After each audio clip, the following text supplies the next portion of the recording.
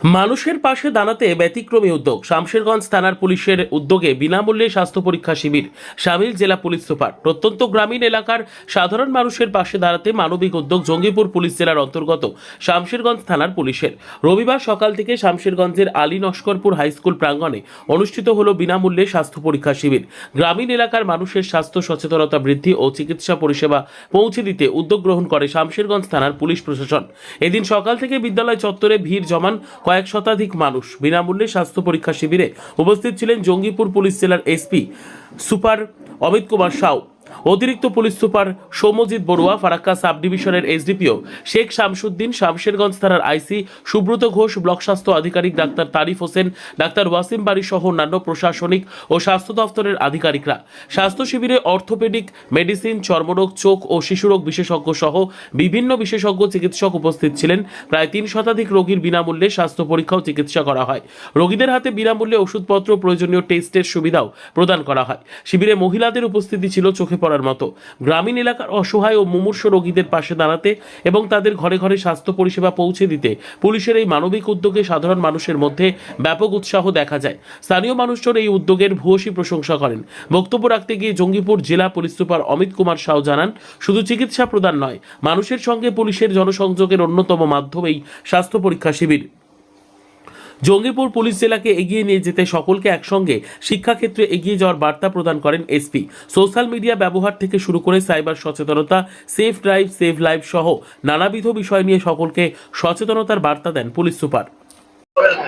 আজকে আমরা শামশেরগঞ্জ থানা অন্তর্গত এই আলী নস্করপুর হাই স্কুলে এসেছি।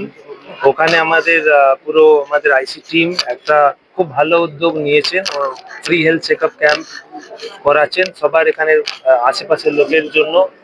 এখানে আমাদের সাথে এই মুর্শিদাবাদের ডক্টর সাহেবরা উপস্থিত আছেন, যারা আমাদের বিএমএচ সাহেবের ইনিশিয়েটিভ নিয়ে হেল্প নিয়ে এখানে একটা ভালো একটা ক্যাম্প করানো হচ্ছে, যেখানে সব রকমের অর্থোপেডিক থেকে নিয়ে, মেডিসিন থেকে নিয়ে, গাইনি থেকে নিয়ে ফ্রি মেডিসিনস দেওয়া, ফ্রি আই চেকআপ, অনেকগুলো যে ইম্পর্টেন্ট হেলথ প্যারামিটার্স থাকে ওই সব পার্টগুলো চেক করা হচ্ছে।